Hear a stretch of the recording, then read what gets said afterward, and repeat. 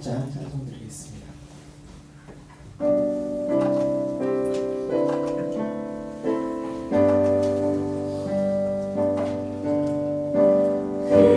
귀하신 주의 이름은 참 아름다워라. 내 근심 위로하시고 영광을 주시네.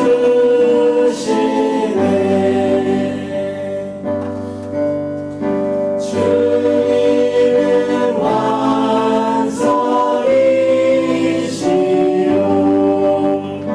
내 방패 되도다.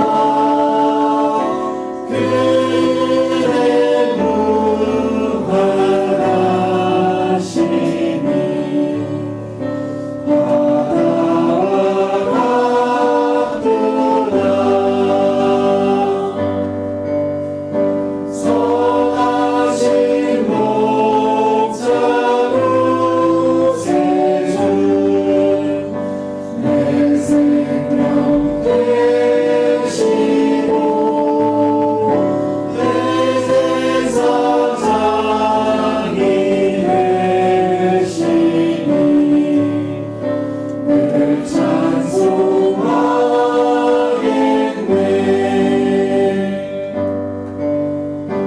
무함이 넓은 사랑에 쉬지 않고 전하세.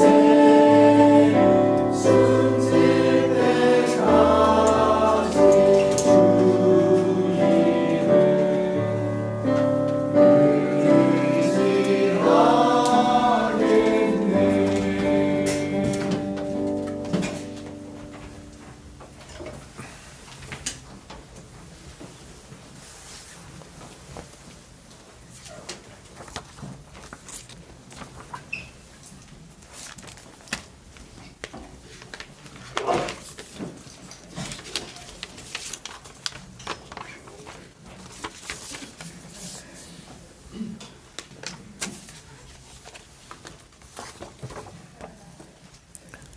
잠깐 기도하시죠.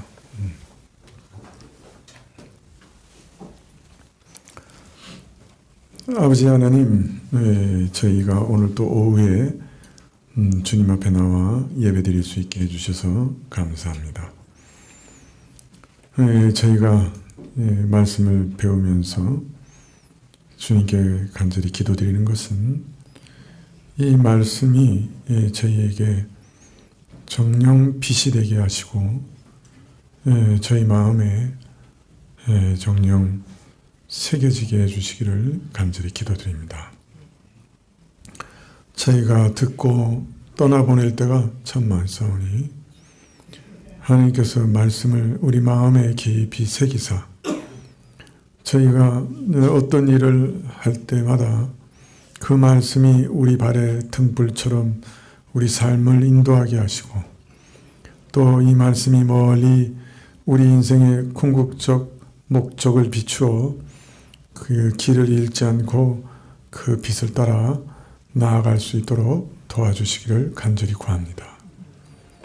우리 인생이 정녕 무엇을 위해 살 것이요 어디를 향하여 나아가며 무슨 목적으로 살아야 하는지 말씀으로 가르쳐 주시고 또 오늘 하루 살아갈 때 오늘 내가 선택과 결정을 할 때 내 발에 등불로서 한 걸음 한 걸음 떼어놓을 때마다 말씀의 인도하심을 얻을 수 있도록 도와주시옵소서.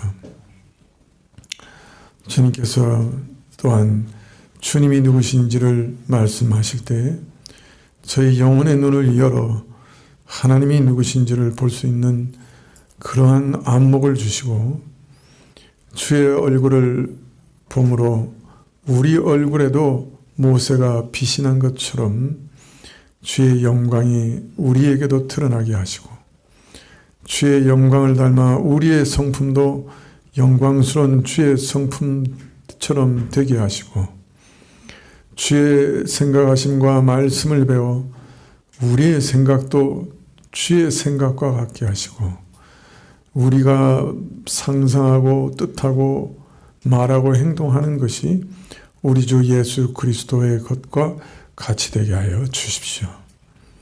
우리 속에 있는 옛사람의 탐심과 악심과 더러움이 참으로 눈 녹듯이 사라지고 우리 생각이 다 정결하고 선하고 거룩하고 온유하고 충성되게 하시고 질서 있게 하시고 절제가 있게 하여 주십시오. 우리 자녀들을 위해서 오늘도 무릎 꿇고 기도하지 않을 수 없사오니 우리 자녀들의 성공과 실패 사이에 하나님께서 역사하셔서 저들 마음에 정녕 가난한 마음 주시옵소서. 그리해서 내가 이 험한 세상을 살아가는 동안에 하나님의 은혜와 도우심과 인도하심 없이는 또 지키심과 돌보심 없이는 내가 이 땅에서 살아갈 수 없고 또 내가 이러한 죄인으로서 이 영원한 하나님을 만나 뵙기 위하여 그리스도의 대속의 은혜에 전적으로 의지해야 함을 알게 하여 주십시오. 말씀을 듣고 저들의 삶을 살아가고 여러 가지 우여곡절을 겪으며 실패와 성공을 경험할 때 하나님께서 이러한 가난함 주시고 하나님을 붙잡게 하시고 바라보게 하시고 믿게 하여 주십시오. 이러한 우여곡절을 겪을 때 부모로서 우리는 심히 고통스럽고 여러 가지 참 마음을 찢으며 오랫동안 눈물을 흘리며 기도할 수밖에 없는 그런 정황 가운데 살아가게 될 것이지만은 그러나 그것이 자녀를 망하게 하시는 하나님의 역사가 아니라 우리의 기도에 응답하사 우리 자녀들을 구원해 내시기 위하여 행하시는 일임을 믿게 하옵시고 참 끝까지 하나님께서 아이를 가난케 하시기 위하여 행하시는 모든 일들 속에서 우리도 가난해지며 우리도 하나님을 더욱 의지하며 자녀들을 위하여 끝까지 기도할 은혜를 저에게 허락하여 주십시오. 하나님, 그러나 저희가 진토로 지음받은 자들인 것을 기억하사 긍휼에 또 긍휼을 더하시는 분이 하나님이신 줄 믿사오니 우리 자녀들의 앞길에 참 가난을 허락하시되 참 순탄한 길 가운데 허락하시기를 구하옵고 형통한 가운데 하나님 만나게 하시기를 구합니다. 그러나 또 참 역경 없이 가난해지는 법이 없사오니 역경 속에서 무너지지 않고 완전히 넘어지지 않고 실족하지 않도록 주께서 온전히 붙들어 주시기만을 간절히 기도하옵고 또 이때 함께 기도하는 우리 부모들도 지치거나 낙심하거나 절망하지 않도록 주께서 역사해 주시기를 간절히 기도드립니다. 수능을 준비하고 이제 보는 우리 자녀들을 주님께 온전히 올려드립니다. 저들의 인생에 저들을 높이시든지 낮추시든지 하나님은 저들을 저버리지 아니하심을 저희로 믿게 해주시고 저들의 인생의 최고의 것, 천국에 이르는 모든 길에 있어 최고의 것을 저들에게 허락해 주십시오.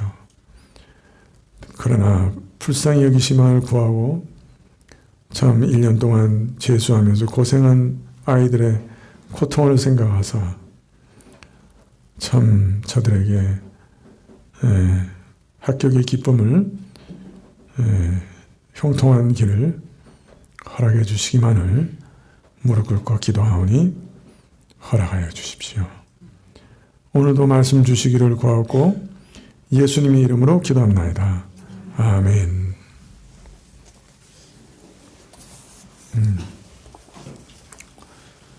요한복음 8장 57절부터 59절까지 말씀입니다.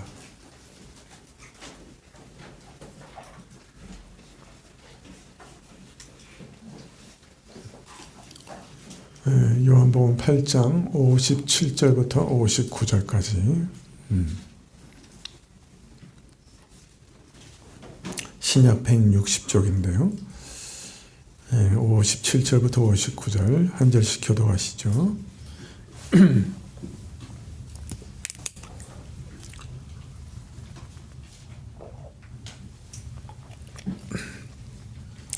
유대인들이 가로되 내가 아직 50도 못 되었는데 아브라함을 보았느냐.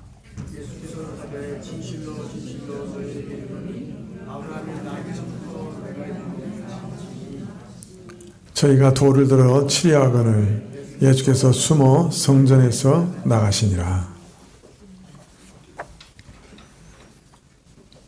우리는 요한복음 8장 31절에서부터 오늘 59절 마지막 절까지 예수님을 믿는다 하는 유대인들과 대화하시고 논쟁하신 예수님의 말씀을 쭉 살펴보았습니다.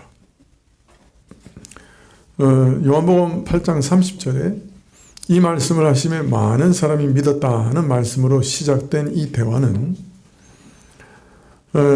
참 예수님을 믿는다고 하는 사람들에 대하여 예수님께서 여러 가지로 지적하시고 권면하신 말씀들을 기록하고 있는데요. 이들은 분명 모종의 믿음을 가지고 있었습니다. 그런데 이들과 예수님께서 대화하시고 논쟁하시는 과정에서 드러낸 것이 무엇인가 하면은 놀랍게도 저들과 예수님과는 영적인 소속이 다르다는 것이었어요.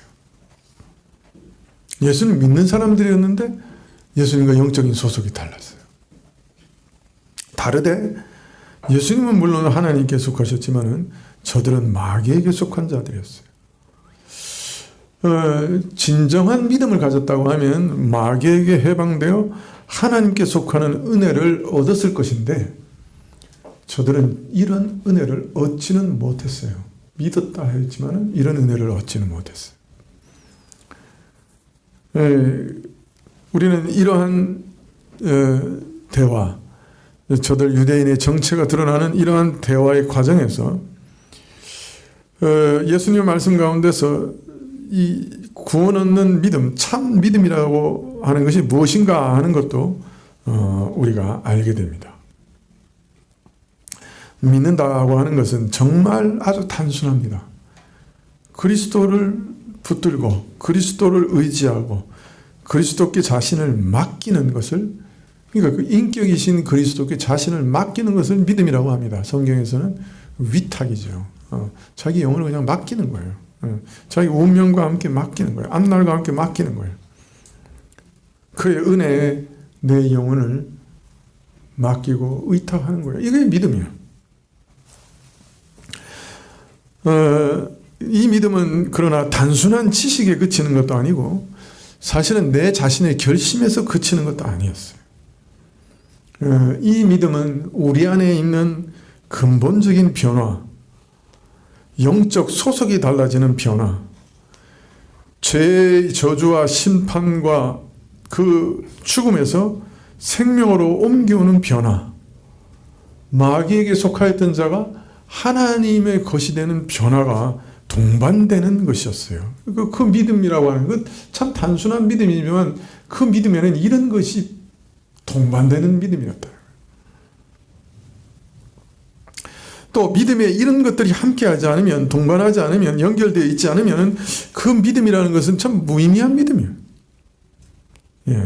이런 사실이 예수님과 유대인들과의 대화에서 드러난 것이죠. 예수님은 저들의 정체를 일부러 드러내셨어요. 왜? 저들의 믿음을 교정하시기 위해서 그렇게 하셨죠. 그러나 저들은 끝까지 저들의 오해와 그릇된 믿음을 버리지 않았어요. 특히 저들은 자신들이 아브라함의 육적 자손이라는 것을 굳게 붙들고 그것에 안주하려고 했어요. 예수님께서는 저들의 그릇된 믿음과 태도를 아브라함의 행실과 믿음과 비교해서 지적하지 않을 수 없었어요. 왜? 저들이 아브라함을 붙들고 있었기 때문에.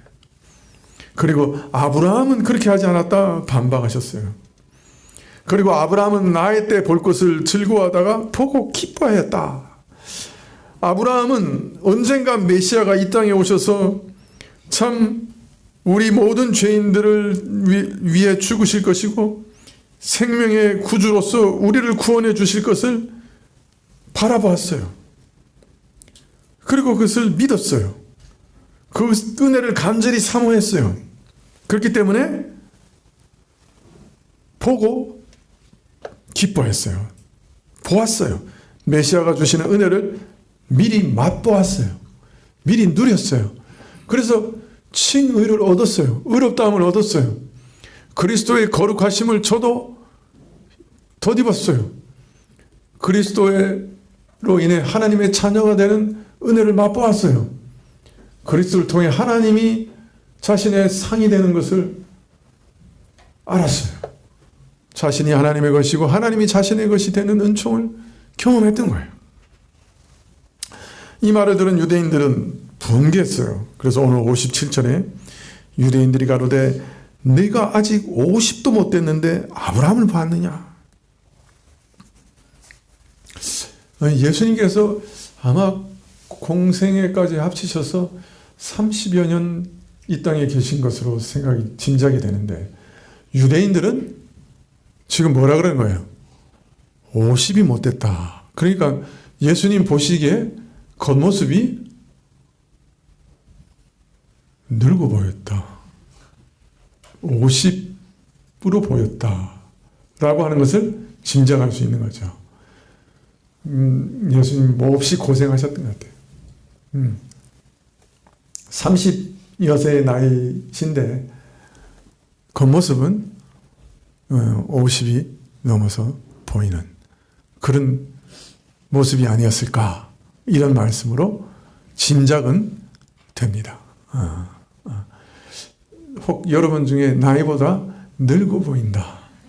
그래서 슬퍼하시는 분들이 계십니까? 슬퍼하지 마십시오. 우리 구주도 본인의 나이보다 늙어 보이셨습니다. 우리 구주를 따라가는데 뭐가 문제가 있습니까? 위로를 받으시기를 바랍니다. 적용도 참 이상하게 합니다. 네.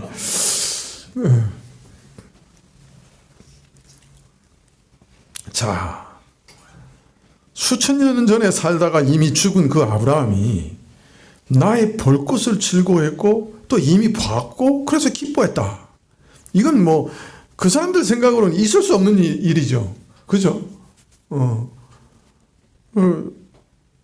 그래서 아주 가차없이 짓밟아 버렸어요. 그러나 우리가 이 말 속에서 알 수 있는 한 가지 분명한 사실은 저들이 아브라함의 은혜를 얻지는 못했다는 거예요. 아브라함은 그 장차 올 일들을 증거하는 여러 가지 예표를 통해서 수천 년의 시간을 뛰어넘어 믿음을 얻었어요. 근데 이 사람들은 그 많은 모형과 예표 속에서도 예수님이 어떤 분이신지 알지도 못했고 그 믿음을 누리지도 못했던 거죠. 사실 저희 역시 성전에서 날마다 드리는 제사를 드렸고 허다한 의식과 절차들, 율법의 가르침과 규범들을 통해서 이 은혜에 대해서 증거하시는 일들을 날마다 접했어요. 그런데 믿음으로 화합하지 못했어요. 만일 믿음으로 화합했다면 저희들도 예수님이 누렸던 은혜를 저들도 누렸을 거예요. 그러나 저희는 열심히 이런 의식에 외부적으로 절차에 외부적으로 참여도 하고 흉내도 냈지만은 그것이 가르치는 진짜 증거, 진짜 은혜, 그 진짜 영적 본질이 무엇인지 깨닫지 못했어요. 믿음으로 그 은혜를 받아 누리지는 못했던 거예요. 그 결과 은혜를 누리도록 마련하신 귀중한 모든 은혜의 수단들이 저에게는 아무 소용이 없었어요. 58절에 예수께서 가라사대 진실로 진실로 너희에게 이르노니 아브라함이 나기 전부터 내가 있느니라. 50도 채 되지 못한 당신이 수천 년 전의 인물인 아브라함이 보고 경험한 일을 마치 자신이 직접 보고 확인한 것처럼 말하는 것은 어불성설이라 반박하는 저희에게 예수님은 더욱 놀라우신 말씀을 합니다. 나는 아브라함이 나기 전부터 존재하기 전부터 있었다.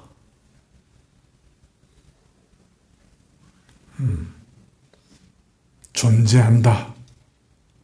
있어 왔다. 먼저 이 말씀은 예수님께서 영원토록 선재하고 계신 분임을 주장하는 말씀이죠.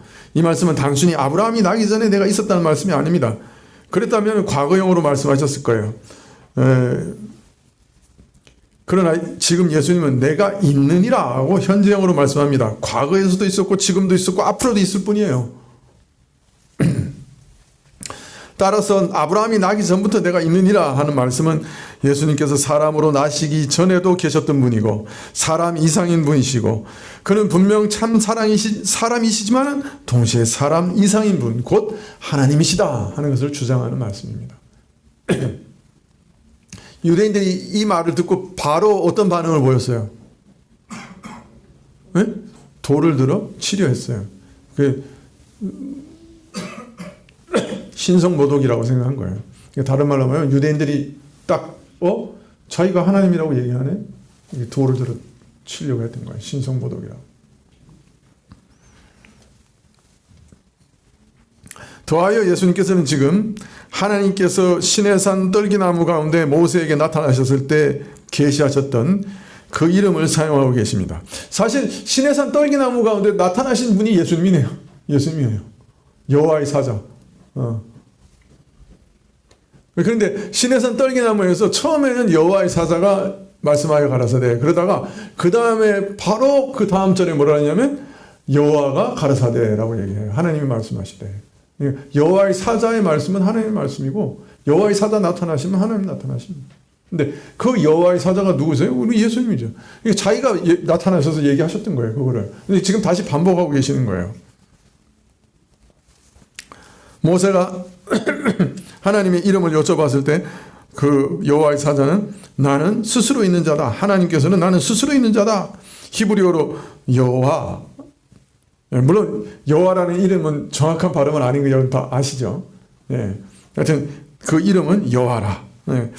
오늘날 내가 아브라함이 나기 전부터 내가 있었느니라 하는 말씀은 정확하게는 내가 아브라함이 나기 전부터 스스로 있었느니라 하고 말씀하시는 거예요.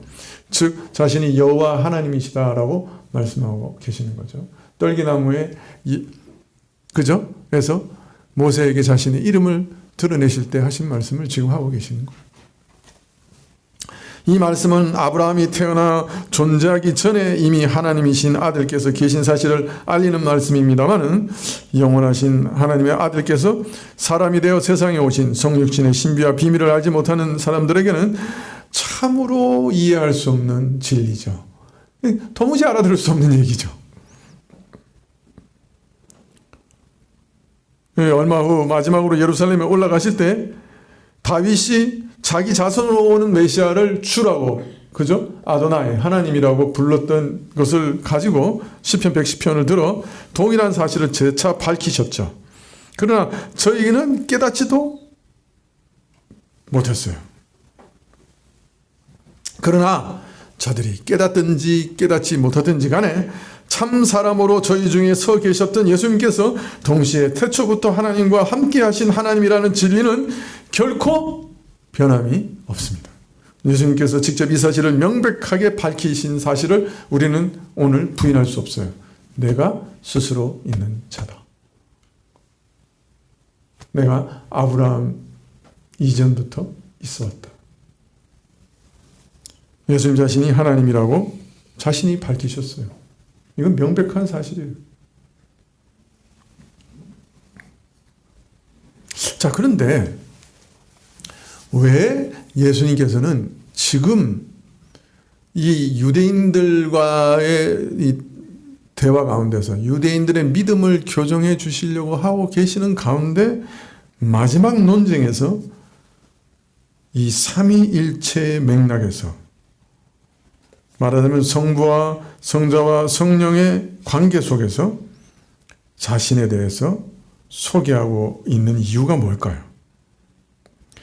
아니 지금 예수님께서 메시아라고 하는 사실을 밝히는 것만 해도 저들이 지금 막 분란을 일으키고 난리인데 이제는 자신이 하나님이라는 사실까지 이제 밝히시니 이거는 불에 기름 붓는, 그죠? 이거는 불타오르는 데다가 기름 붓는 격이요. 그죠? 근데 왜 굳이 꼭 이 사실을 여기서 밝히시는 걸까요?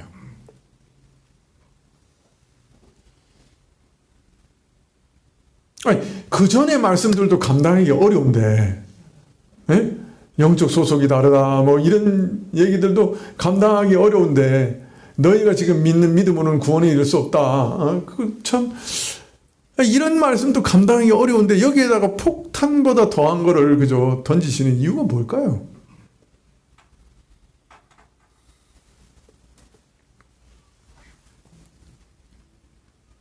지금 예수님께서 지금 하고 계시는 작업이 뭡니까?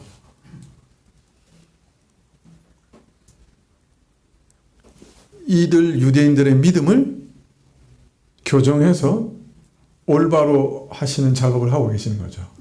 그렇다면 우리가 구원 얻는 믿음, 올바른 믿음으로 세워지는 데 있어서 예수님께서 참 사람이고 참 하나님이라고 하시는 이 사실은 어떻다는 거야? 꼭 필요한 사실이고 진리라는 거예요.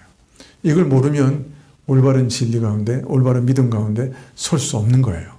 그렇기 때문에 굳이 저들의 믿음을 교정하시는 과정에서 최후로 이 중요한 사실을 다시금 드러내어서 알리실 수밖에 없었던 거예요. 그러니까 우리가 구원 얻는 믿음에 있어서 예수님이 누구신가 할 때 그가 우리를 구원하시는 메시아 그리스도 구원자시다 함께 플러스 뭐가 반드시 있어야 되는 거예요? 그는 하나님의 아들이시고 그는 하나님이시다 하는 사실이 분명히 우리 믿음 안에 있어야만 하는 거예요. 그렇기 때문에 예수님께서는 이 사실을 이 시간에 꼭 알리셔야만 했던 겁니다. 그래서 우리가 구원 얻는 믿음 가운데는 예수님을 믿어야 구원 얻죠. 그죠? 근데 그 예수님이 누구시냐 하는 믿음 가운데는 예수님께서 메시아이신데 사람으로 오셨을 때 참 하나님이십니다 하는 고백이 반드시 있어야 되는 거죠. 이게 필수 불가결한 일이라는 거죠. 자, 조금 이렇게 팔다리를 좀 쭉 펴시고, 제가 5분만 여러분한테 시간을 들여서 조금 주무시게 해드리면 일주일의 피로가 풀리지 않은데, 제가 이게 또 성격이 못 돼가지고, 또, 좋은 걸 못 봐요, 또. 자, 이렇게. 왜냐면 이제 계속 하면 이제 영영 주무실 거니까, 이게 좀 어렵거든요, 이제 얘기가. 정신을 안 차리면 이제 혼미해지기 딱 좋은, 음성은 들리는데, 이게 하늘에서 들리는 음성인지, 땅에서 들리는 음성인지, 이 환상 가운데 들리는 음성인지, 꿈속에 들리는 음성인지, 그렇게 될 겁니다, 이제. 오늘 이제 삼위일체에 대해서 조금 얘기를 하려고 하는데요. 난감하네요. 딱 졸리는 시간에 참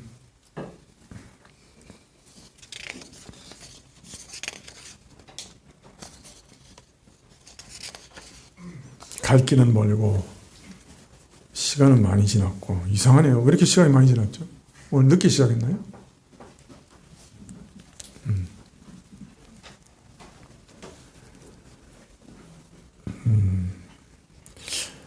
사실 우리가 예배 드릴 때 사도들이 가르쳐주는 신앙 고백을 고백하고 있죠. 근데 이 고백은 어떤 면에서는 삼위일체 하나님에 대한 고백이에요. 그래서 먼저 성부가 누구신가 창조하신 분, 물론 이제 경륜을 따른 고백이라고 할 수 있는데, 그 다음에 성자가 누구신가 쭉 말씀하신 다음에, 그다음 성령이 누구신가, 성령이 하시는 일들 쭉 얘기하는. 그게 우리 사도신경의 얘기입니다. 자, 그렇기 때문에 우리가 아무리 초보적인 믿음을 가지고 있다고 해도 어떤 면에서는 우리 믿음의 고백 안에는 삼위일체에 대한 그 지식과 믿음이 깔려 있는 거예요.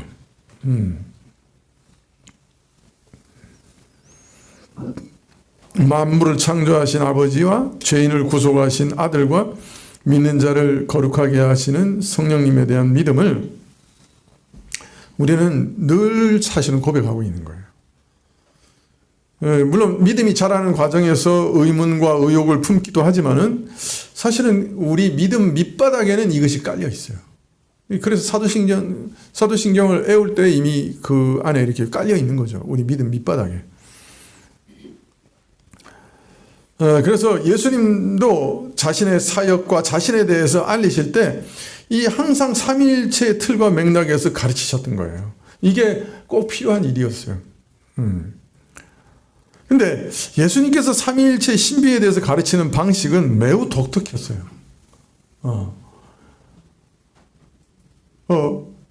정말 예수님이 삼위일체에서 가르치실 때 이게 그 가르치심을 보면요, 정말 너무나 쉬운 말씀으로 가르치셨어요. 우리는 삼위일체 딱 그러면 벌써 딱 생각나는 게 뭐예요? 뭐 삼위가 뭐냐? 일체가 뭐냐? 뭐 조금 유식하게 말하면 우시야? 호모 우시우스? 그 뭐라 그러는 거예요? 우리말로? 동일 본질. 그 다음에 페르소나? 위격? 이렇게 얘기하잖아요. 그죠?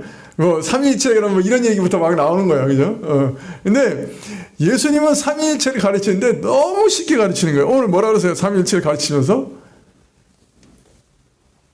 네? 뭐라 그러시는 거예요? 내가 아브라함이 나기 전부터 있었다. 여기 어려운 단어 있어요?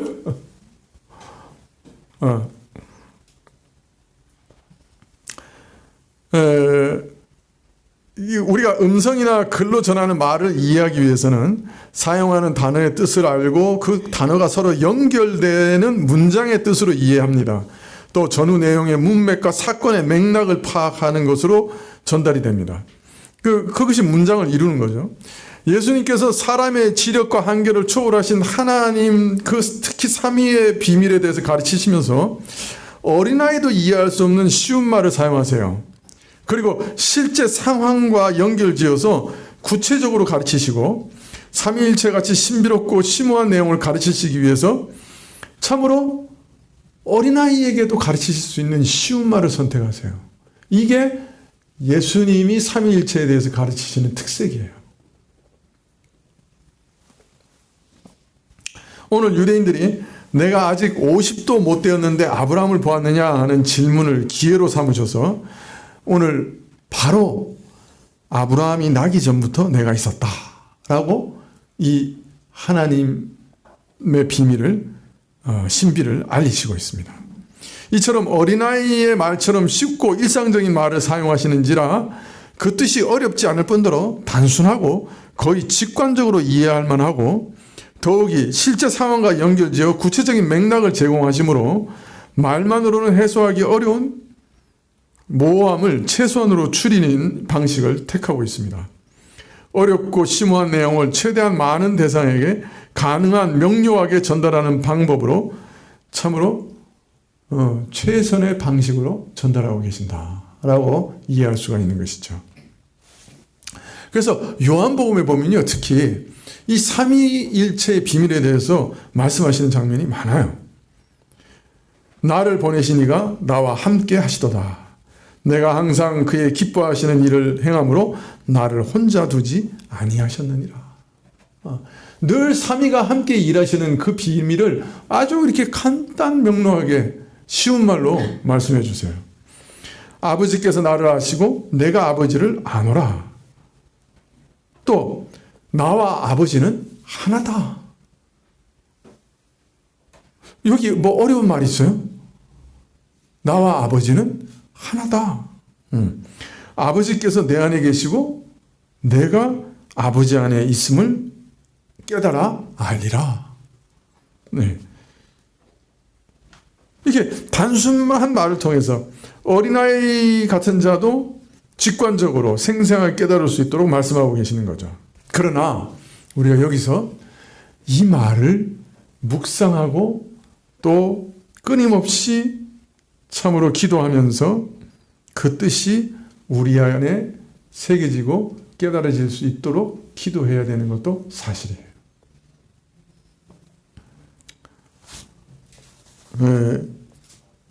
그리고 이 모든 진리를 우리가 깨달아갈 때 항상 성경이 기본이고 바탕이 돼야 돼요.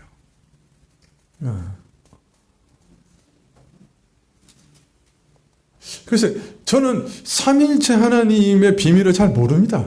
솔직히 말하면. 그런데 하나님과 예수님이 하나라고 하는 사실은 믿습니다. 굳게 믿습니다. 그렇게 말씀하셨어요. 나와 아버지는 하나다. 그렇게 말씀하셨거든요. 자, 그런데 사실은 우리가 나와 아버지는 하나다 하는 이 말을 이해하는 과정은 결코 쉽지 않았어요. 그리고 이것이 교회에 정착될 때까지 거의 300년 정도의 시간이 걸렸어요. 그러니까 우리가 이 말씀이 매우 쉽고 직관적이고 단순하다고 해도 그 말씀을 우리가 이해하고 그저 깨달아가는 과정에는 성령께서 끊임없이 우리를 인도해 주시는 것이 필요한 것이 분명하죠. 그래서 수백 년 동안 이러한 말씀들을 이해하는 과정에서 우리 믿음의 조상들이 고백해 놓은 고백들이 있어요. 그것을 우리는 신경이라고 얘기하는데요. 이 신경을 우리는 가볍게 여기지 말아야 됩니다. 쉬운 말은 누구든지 대강을 이해하기 쉬운 장점이 있는 반면에 깊고 복잡한 내용을 표현하는 데는 어느 정도 한계가 있습니다. 이상적으로 말하면 깊고 복잡하며 어려운 내용을 누구나 알아들을 수 있는 쉬운 말로 가르치는 것이 최선이라고 할 수 있겠습니다만 현실적으로는 기대하기 어려운 일입니다. 삼위일체 교리의 핵심을 한마디로 표현하는 것이 호모우시아, 흔히 동일 본질이라고 번역합니다만은 실은 본질이란 말, 우시아라는 말의 뜻도 참 단순하지 않습니다. 삼위일체에 관한 논의에서 이 말이 사용되기 수백 년 전에 이미 헬라, 즉 그리스 철학자들이 사용해온 전문 용어인데 이것을 교회가 사용한 것은 그냥 맹목적으로 사용한 것이 아니고 교리를 확립하는 과정에서 논쟁의 복잡한 쟁점을 효율적으로 표현할 수 있다고 여겼기 때문에 사용한 불가피한 면이 있습니다만은 이러한 단어가 뜻하는 말을 우리가 이해할 때 그 역사적 정황부터 잘 이해하면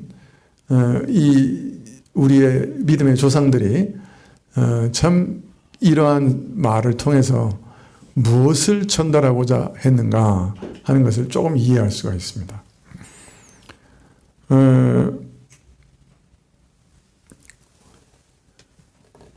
힘드네요. 여러분이 지금 이해를 하고 계실는지 모르겠습니다만 어디 가봅시다. 자, 성경에는 이 삼위일체의 비밀을 한꺼번에 쫙 이렇게 신경처럼 나열하는 곳은 없어요. 여기서 얘기하시고 저기 얘기하시고 그래서 이제 우리 선조들이 이 고백들을 다 이렇게 모아서 정리를 합니다. 근데 이 과정에서 서로에 대한 이견이 막 생겨나요. 이 삼위 하나님에 관한 성경의 가르침 중에 가장 어려운 부분이 성부와 성자와 성령께서 한 분 한 하나님이시라는 말이죠. 그러니까 하나님과 나는 하나다 이렇게 말씀하셨는데 이 말씀을 어떻게 이해하는가 그게 어려운 거였어요. 이 어려움을 해결하고자 나선 이들 중에 아주 유명한 사람이 아리우스라고 하는 사람입니다. 이 사람은 성부만 유일한 하나님이시고 참 하나님이시고 성부와 성자는 성부 아래에 위치하는 열등한 존재라고 생각했어요. 그러니까 어떤 면에서는 성부만 참 하나님이시고 성부와 성자는 열등한 하나님. 네? 그러니까 하나님은 하나님이신데 열등한 하나님, 심지어는 피조된 하나님으로까지 생각을 한 것 같아요. 그래서 한 분 하나님이신데 나머지 성자와 성령은 열등하신 분, 이렇게 주장을 했단 말이에요. 자, 그래서 이것이 성경의 가르침이다 그랬어요. 그래서 참 여러 곳에서 열띤 논쟁이 있었습니다만은 성경을 살펴보니 아들은 항상 아버지와 동등된 하나님이시라고 하는 것을 계속 가르치셨어요. 심지어 유대인들도 예수님이 자신을 하나님과 동등하다고 말한다고 생각해서 돌을 들어 치려고 했어요. 그러니까 성경은 명백하게 예수님이 열등한 하나님이 아니라 아버지 하나님과 동등한 참 하나님이시다라고 말했던 거예요. 그래서 이 아리우스의 가르침을 이단으로 정죄하게 됐고, 이 논쟁의 쟁점을 한마디로 표현하기를 호모우시우스라고 했어요. 아버지와 아들은 동일한 본질이시다. 아버지와 아들은 한 하나님이시되 동일한 본질이시다. 이렇게 얘기를 한 거예요. 그러니까 열등한 하나님이 아니고 동등한 하나님이시다. 그리고 동일 본질이시다. 그래서 여기서 호모우시우스라고 하는 말이 등장하게 됩니다. 그러니까 하나님과 나는 하나라 하는 말을 어떻게 해석할 것인가 하는 과정에서 나온 어떤 면에서는 쟁점을 한마디로 요약한 말이에요. 자, 그런데 하나님은 한 분이시고 아버지와 아들은 하나라고 하는 성경의 가르침을 아리우스와는 다르게 해석한 사람이 있었어요. 그 사람이 누구냐면 또 유명한 사람인데 사벨리우스라고 하는 사람입니다. 이 사람은 한 분이신 하나님께서 시간과 환경에 따라 성부와 성자와 성령으로 자기 모습을 달리 나타내신다고 가르쳤어요. 그래서 성부와 성자와 성령은 한 하나님의 다양한 모습이다. 그렇게 가르친 거예요. 그래서 우리가 어릴 때 삼위일체에 대해서 배울 때, 자, 여기 물이 있잖아. 물은, 그죠? 어떤 때는 얼음이 되고, 어떤 때는 증기가 돼. 이렇게 설명한 분 있으실 수 있어요. 유초동부 선생님 중에. 그걸 양태론이라고 그러거든요. 한 분인데, 때에 따라 다른 모습으로 나타나는 거예요. 그게 사벨리우스가 주장한 이단이에요. 그러니까 그 유초동부 선생님은 대단히 죄송하지만 이단을 가르치신 거죠.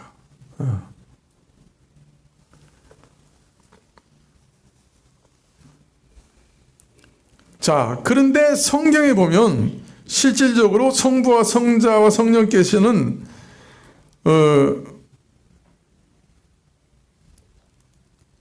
분명한 한 분이세요. 그래서 사벨리우스가 한 분이심을 강조한 것은 맞는 거예요. 그러나 이 사벨리우스의 주장을 따르면 한 분 하나님이심을 선명하게 드러낼 수는 있는데 실질적으로 성부와 성자와 성령께서는 한 분 하나님의 다양한 모습일 뿐 실질적인 구별은 없는 거예요. 그 구별이 무의미해지는 거예요.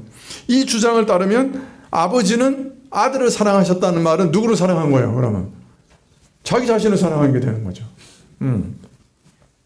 또 내가 아버지 안에 아버지가 내 안에 계시다. 이거는 왜 한 분인데 뭐 이걸 어떻게 왜 이런 말을 한 거죠? 이 말씀을 설명할 도리가 없죠. 한 분인데 왜 이런 이상한 말씀을 하시는지. 또 성자께서는 사람이 되신 것은 성부께서 사람이 되신 것이 되어버리고, 성자께서 십자가에 못 박혀 죽으시는 것도 성부가 고난받으셔서 죽으시는 게 되고, 아주 그냥 어마어마한 의문들이 피할 수 없는 이상한 의문들이 막 생겨나가는 거예요. 물론 겟세마네 기도에서 아버지의 원대로 되기를 원하나이다 하는 말로 기도를 마무리하심으로써 아들의 고난과 죽음이 아버지의 뜻에 따라 이루어진 것을 명백하게 알리셨지만은, 또 제자들이 다 주를 버리고 혼자 떠났을 그때도 내가 혼자 있는 것이 아니라 아버지께서 나와 함께 하신다고 하신 말씀에서 아들의 고난에 아버지께서도 함께 하시고 계심을 알리셨지만은, 그럼에도 아버지께서 십자가에 못 박혀 죽음을 당하셨다 말할 수는 없지요. 네. 그리고 예수님께서 세례를 받으실 때도 하늘에서 성부의 음성이 들리고, 그죠? 성령은 비둘기처럼 성자에게 임재하시고 성자는 물에서 올라오셨어요. 그죠? 세 분의 구별이 분명히 드러난단 말이에요. 예, 그래서 여기 본질, 우시아라고 하는 용어에 이어서 인격이라고 하는 용어가 나오게 됩니다. 예, 후포스타시스라고 하고 페르소나라고 하고 또 프로소폰이라고 하고 뭐 그런 용어들을 사용하는데요. 이것은 어떤 면에서는 사벨리우스적인 이단들에 대한 대답인 거예요. 그래서 이런 용어가 삼일체 논쟁의 쟁점을 드러내는데 적절하고 유용하지만은 성경의 여러 내용을 종합하기에 마냥 유익한 것은 아닙니다. 왜냐하면 본질이라고 대충 번역한 이 말의 뜻이 정확히 무엇이냐 하는데도 의견이 분분해요. 사람들이 아무리 노력을 기울여도 참 완벽에 가까울 수 없고, 또 정확하게 사용하고자 애써도 온전히 정확할 수 없는 우리의 한계를 오히려 이런 단어들이 보여줍니다. 그래서 혼란을 줄이려고 차용한 것인데 혼란을 가중시키는 역효과를 나타내기도 했습니다. 사람의 지적 수고와 노력이 모든 어려움을 해결하거나 경감시켜 주리라고 하는 기대는 지혜롭지도 못하고 신중치도 못합니다. 우리는 우리의 한계와 우리 이성의 한계를 깊이 의식하고 절제하는 지혜를 배워야 합니다. 특별히 삼위일체 하나님에 관한 지식의 경우 하나님의 계시와 그 계시를 깨닫고 이해하는 것을 포함해서 하나님이 알려주시는 것만큼 알 수 있는 것뿐이죠. 사실 오늘 우리가 말한 모든 이 용어들은요, 이거다라고 말하는 용어가 아니에요. 아리우스가 말하는 것은 아닙니다 하는 용어예요. 또 사벨리우스가 말한 것은 아닙니다 하는 용어예요. 그래서 삼위일체는 마치 저는 이렇게 이해하는데, 삼위일체는 이것이 아니고 이것이 아닙니다. 그러면 남는 건 뭐죠? 그게 삼위일체예요. 근데 그게 뭡니까? 라고 물어보면 저는 잘 모릅니다. 그렇게 대답할 수밖에 없어요. 그러니까 삼위일체라는 용어 자체가 이겁니다를 강조하는 게 아니고 이게 아닙니다, 이게 아닙니다, 이게 아닙니다가 강조되어 있는 거예요. 호모우시우스라고 하는 건 뭡니까? 그거는 성부와 성자가, 그죠? 성자와 성령이 열등한 존재라고 말하는 것이 아니란 말입니다. 인격이라는 말은 뭡니까? 세 분의 인격이 삼위 안에 분명 구별된다는 얘기입니다. 혼합되거나, 그죠? 그런 건 아니지만은, 그러나 혼합되는 것이 아니고 분명히 구별되는 것이 있습니다. 사벨리우스처럼 양태론이 아닙니다. 그런 말이라고.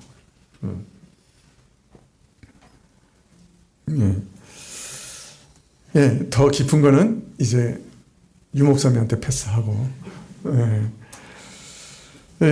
오늘 예수님은 참 그 단순한 말씀으로 아주 귀중한 진리를 우리에게 알려주고 계시는 것이죠.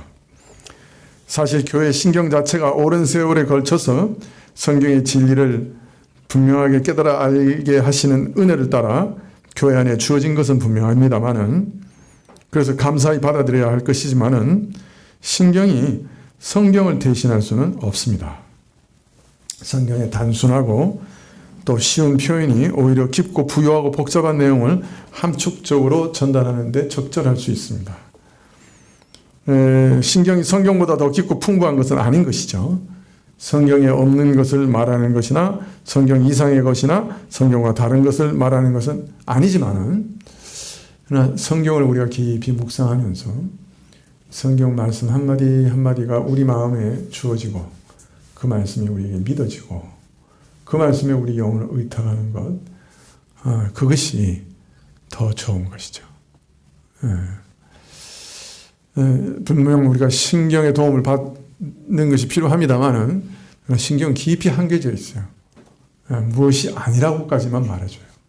그런데 그 영광의 빛을 우리가 얻으려고 하면 말씀을 깊이 묵상하면서 이 말씀이 우리 안에 뭐라고 말하는가 자꾸 들으시는 것이 좋습니다.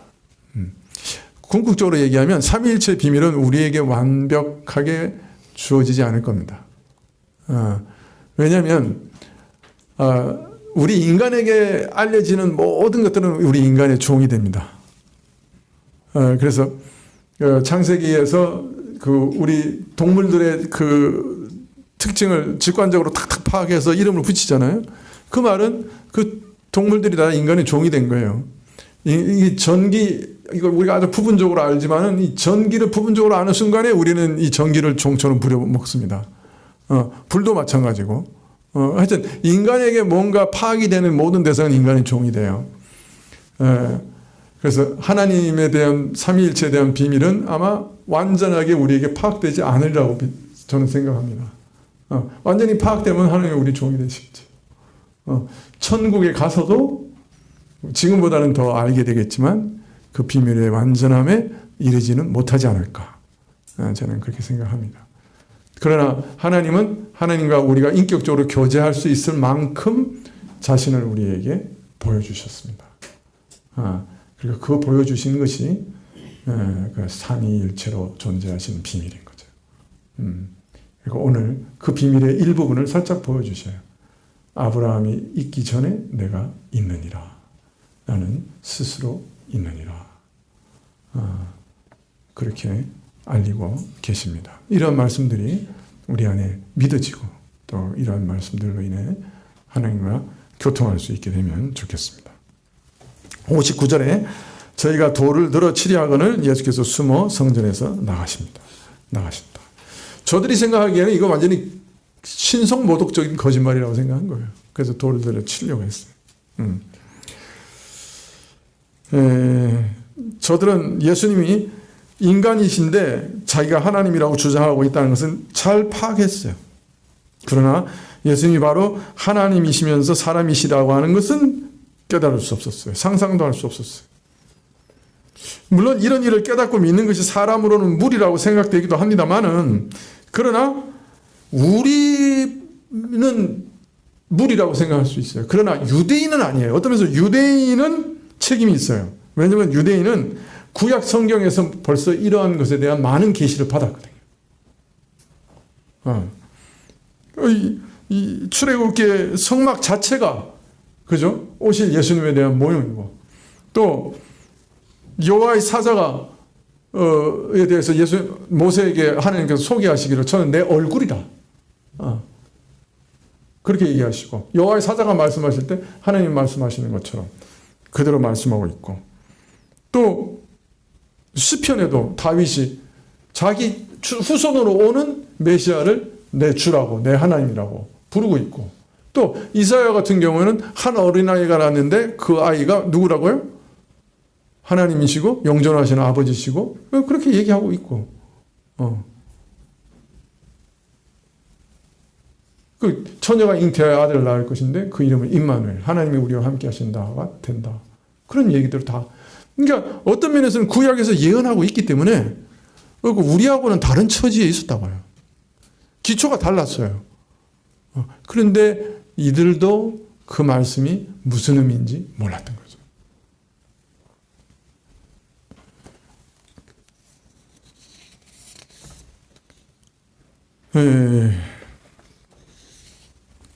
여하튼 지도층의 살벌한 분위기 속에서도 소신 있게 예수님을 믿었던 사람들의 믿음이 참 이상하게 끝나버리고 말았습니다. 인간적인 차원에서는 어떤 면에서는 깊고 훌륭한 믿음이었을지 모르지만은 저들의 믿음이 참된 믿음은 아닌 것으로 판명된 것이죠. 예수님을 믿었던 저들의 믿음이 결국 예수님을 돌로 쳐 죽이는 살이로 끝나고 말았기 때문입니다. 그 이유와 원인에 대해서는 여러 가지로 말할 수 있겠지만 아들과의 대화에서 예수님께서 고심하여 알리고자 하신 것은, 이들과의 대화에서 아들이 고심해서 알리고자 하셨던 것은 아들을 통하지 않고서는 아무도 하나님을 만날 수 없으며 알 수 없으며 하나님께 나갈 수 없다는 사실입니다. 예수님께서 나타내 보이신 그 하나님만이 참 하나님이시고 예수님이 알리신 하나님에 대한 지식만이 참 진리고 예수님, 그 하나님을 알고 믿는 것은 그리스도를 알고 믿는 것과 결코 분리할 수 없다 하는 사실을 예수님은 알리셨던 겁니다. 이런 사실은 아브라함 때도 사실이었고 예수님 때도 사실이었고 지금도 사실입니다. 예수님을 믿었던 유대인들의 이 불행한 일들은 옛날 일만이 아닙니다. 오늘날에도 이런 일들은 참으로 많이 일어나고 있다고 근심 가운데, 걱정 가운데 생각되어집니다. 믿는다고 하지만 그 내용이 예수님이 자신에 대해서 알리신 것과는 너무나 달라서 동일한 믿음이라고 말할 수 없을 만큼 거리가 먼 이질적인 경우가 지금 참 너무 많습니다. 사사시대 때 이스라엘이 제 소견에 옳은 대로 생각하고 행동했듯이 오늘날 현대인들은 제가 믿고 싶은 대로 믿고 하고 싶은 대로 하는 경향이 교회 안에서도 대세를 이루고 있습니다. 스스로 지혜 있다 하나 우준하게 되어 진리를 거짓 것으로 바꾸는 일이 그 어느 시대보다 성한 것이 많이 자행되는 것이 오늘 교회입니다. 그러므로 말씀을 드릴 때 참 주의하고 주의하시면 좋겠습니다. 내 소견에 옳다, 옳지 않다가 아니라 말씀의 해석을 잘 들으시고 그 말씀이 정말 올바로 해석되는지 잘 살펴보시고 또 그 해석이 교회가 받은 신경들과 신앙 고백들과 일치하고 있는지 잘 살펴보십시오. 주의하고 또 주의하십시오. 그래서 믿었다 하나 예수님과의 대화 가운데서 그만 그 소속이 다르다 하는 그런 불행으로 그치고만 사람들과 같은 불행을 당하지 않도록 주의하고 또 주의하시기를 간곡히 부탁을 드립니다. 기도하시겠습니다.